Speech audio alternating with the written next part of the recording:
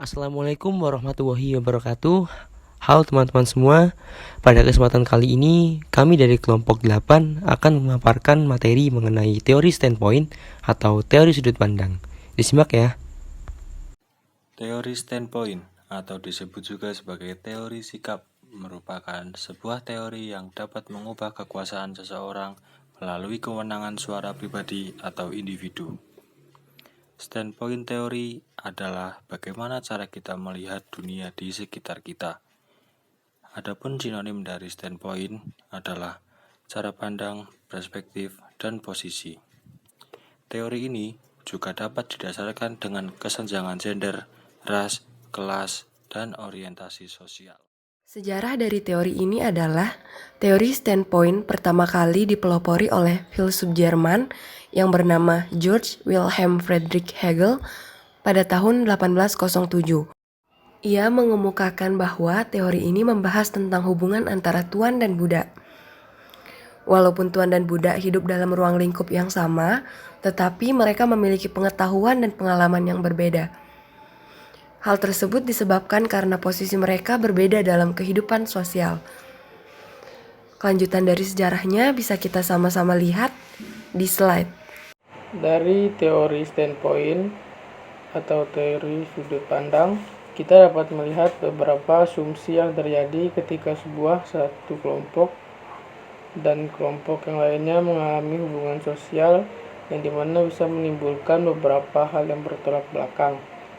Misalnya pada saat melakukan hubungan sosial satu sama lain dan terjadi kesalahpahaman, maka akan timbul kelompok yang dominan dan subordinat. Apabila satu kelompok dominan berkuasa, maka hubungan materi para subordinat akan dipaksa untuk beradaptasi pada kelompok yang dominan. Jadi kelompok subordinat yang tertindas harus mendapatkan suatu perjuangan dan pencapaian agar bisa didorong untuk maju dan menciptakan kehidupan yang lebih adil. Dalam standpoint teori atau teori sudut pandang terdapat beberapa konsep, yakni yang pertama sikap. Sikap atau standpoint merupakan konsep utama dalam teori ini.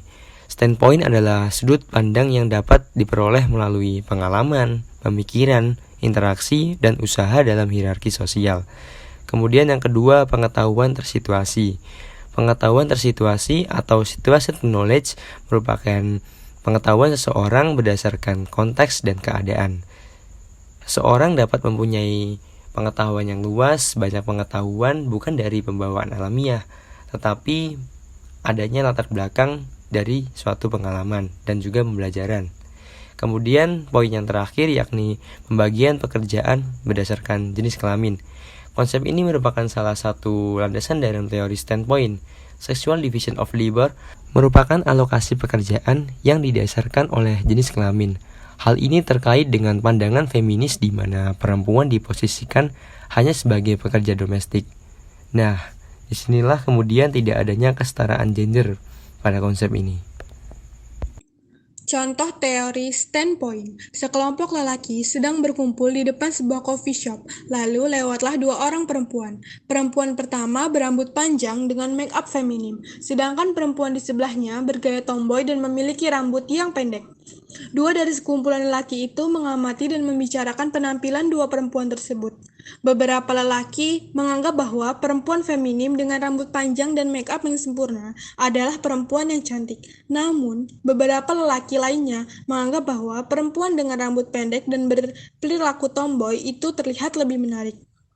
Nah, teman-teman, dari hal tersebut kita dapat melihat bahwa masing-masing individu memiliki pandangan serta penilaian tersendiri. Definisi kata cantik bagi setiap orang berbeda-beda dan kita tidak bisa menyamakan definisi tersebut. Setelah membahas mengenai teori standpoint atau teori sudut pandang, dapat disimpulkan bahwa semua individu bisa memiliki pendapat yang sama, akan tetapi memiliki sudut pandang yang berbeda. Hal ini yang menimbulkan perbedaan, baik itu terjadi karena pemikiran, pengalaman, bahkan dalam hubungan sosial yang berbeda-beda. Baik teman-teman semua, setelah penjelasan dari awal sampai akhir, semoga dapat bermanfaat dan teman-teman juga dapat memahami mengenai standpoint teori atau teori sudut pandang. Jazakumullah khair. Akhiru kalam, wassalamualaikum warahmatullahi wabarakatuh.